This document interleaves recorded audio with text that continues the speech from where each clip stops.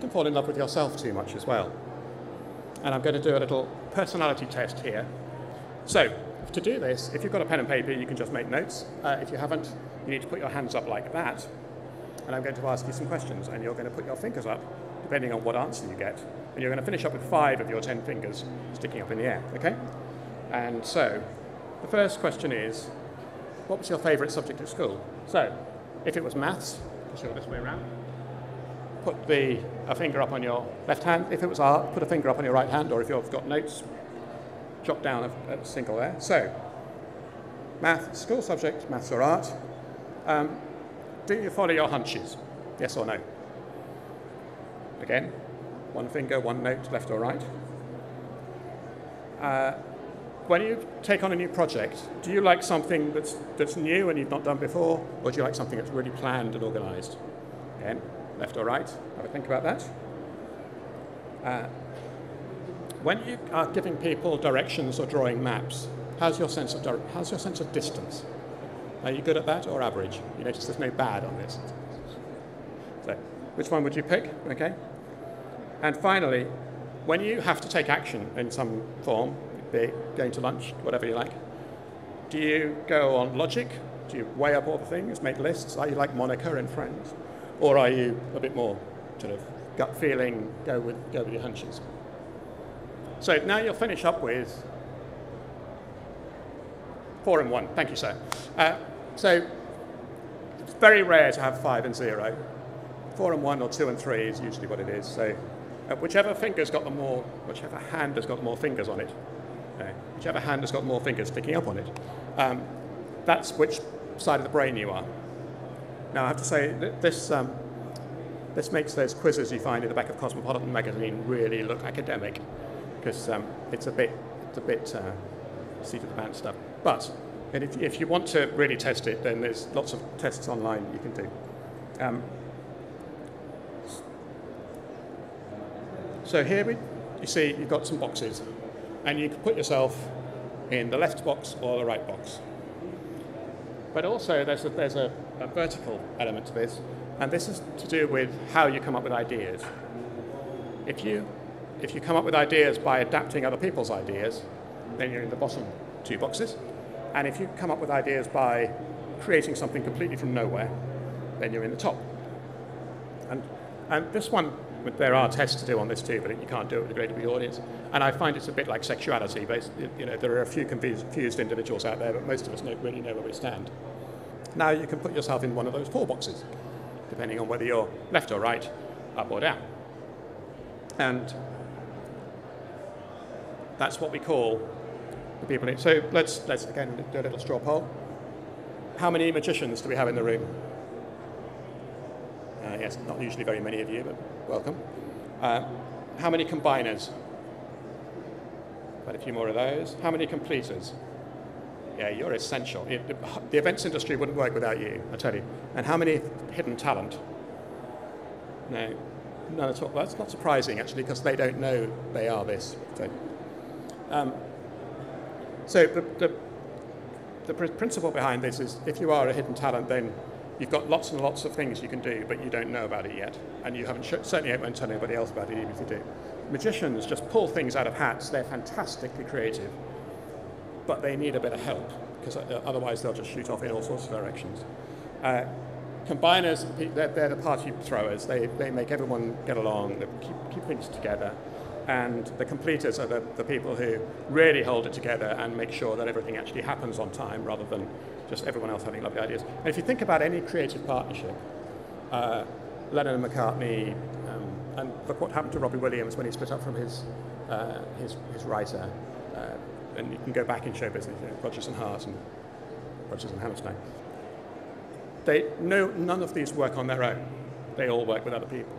And if you don't acknowledge the kind of person you are, you will create events that are exactly for people like you. And that, as we've just shown, not everyone's like you, extraordinarily enough.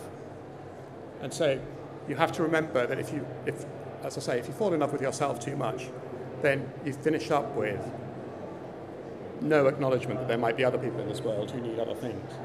And I'm sure you all know about the 7 learning styles and all that sort of stuff. And you have to accommodate everybody in what you do.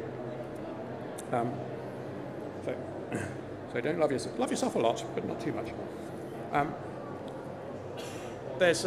actually, as part of this presentation, I'm supposed to encourage you to go to the seminar room and fill in the feedback form there to tell everyone what you think of me and indeed the whole organisation.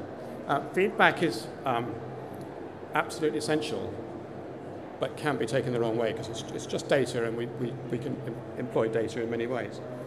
Let me show you what I mean by that. Here's another grid for you.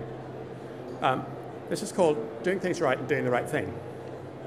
So across the bottom is what you do. So do you organise a party? Do you organise a conference? Do you organise a workshop? What you do. Up the side is how you do that thing, whether you do it well or badly. And now this is really confusing when you first see it. Give it a moment, it makes sense. So over this side of the chart, we're talking about doing the right thing, and you can do the right thing well or you can do the right thing badly. On the other side, it's doing the wrong thing. Do the wrong thing well or you can do the wrong thing badly. And everyone assumes that, I mean, obviously doing the wrong thing wrong is a bad thing. And obviously we all want to do the right thing and do it very well. But you would assume, or the natural assumption is that the second best thing is to do the right thing wrong. To do the wrong thing right, and that's where we spend an awful lot of time with events. We're doing the wrong thing and we're doing it incredibly well. But if you think about it, if I stood here and gave a presentation which would make every one of you £100,000 in the next week, you would be quite pleased with that. Now, even if I did it very badly. So it's actually better to do the right thing badly than it is to do the wrong thing very well. If that makes sense. And feedback forms generally, and look at any feedback form you get given, and God knows we get enough of them. Feedback forms measure whether you've done well or badly.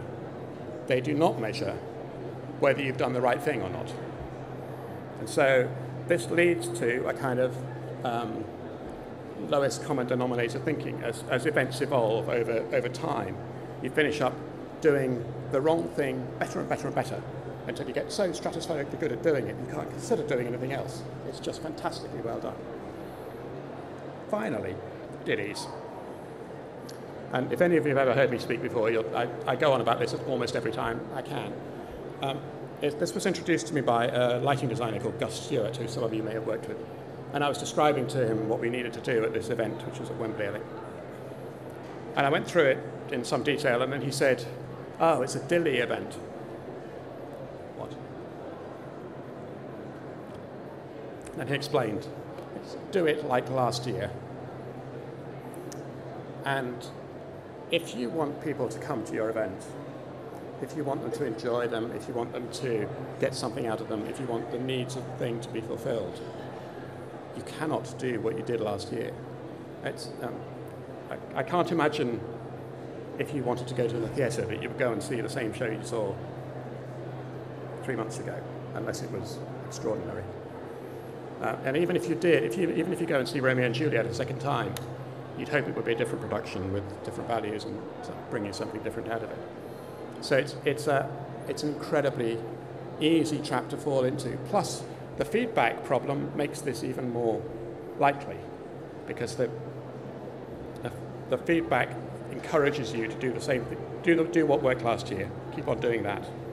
And almost every client I work with, we have to address this problem of they want to do what worked last year without any thought to the fact that the audience, when they come to this thing, they don't want to see what they saw last year. They want something different. They want something more interesting. They want it in a different place. They want it somehow more entertaining.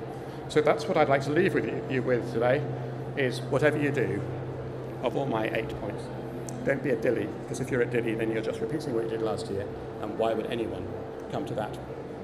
Thanks very much for your time.